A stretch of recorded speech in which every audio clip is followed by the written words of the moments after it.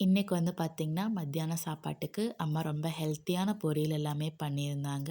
கீரை கூட பருப்பு போட்டு கூட்டு மாரி பண்ணியிருந்தாங்க.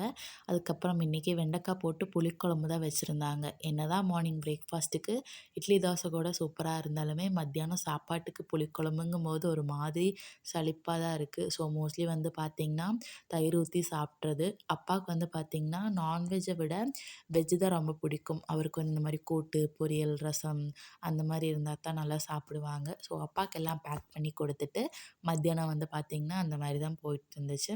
அப்புறம் ஒரு ஈவினிங் 7, 8 போல் வந்து பார்த்திங்கன்னா, நூடுல்ஸ் பண்ணலான்னு சொல்லிட்டு நானும் தங்கச்சியும் வெங்காயம், தக்காளி எல்லாம் கட் பண்ணி வச்சுட்டு, அந்த நூடுல்ஸ் வந்து பார்த்திங்கன்னா, வேக போட்டாச்சு. ஆனா அதில உப்பு, எண்ணெயெல்லாம் ஊத்தணும். அது எதுவுமே தெரியாம நாங்க பாட்டுக்கு என்னென்னமோ பண்ணிட்டுருந்தோம். அதுக்கப்புறம் அம்மா வந்து தான் எல்லாம் வந்து கரெக்ட் பண்ணி விட்டாங்க.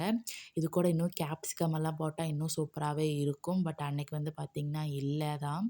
ஆனா இது நம்ம கேப்சிகம் தனியா சாப்பிட்றத விட இது கூடலாம் போட்டா இன்னும் டேஸ்ட்டா இருக்கும். ஸோ பாத்திரங்கள் எல்லாமே வந்து பார்த்திங்கன்னா, கழுகுறக்கு வந்துட்டே இருந்துச்சு. அதுக்கூட டீயும் வந்து பார்த்திங்கன்னா, அப்படியே குடிச்சிட்டு இப்படி தான் இன்னைக்கான ஈவினிங் போச்சு. நம்ம நாளைக்கு பார்க்கலாம். அதுவரைக்கும் பாய் பாய்.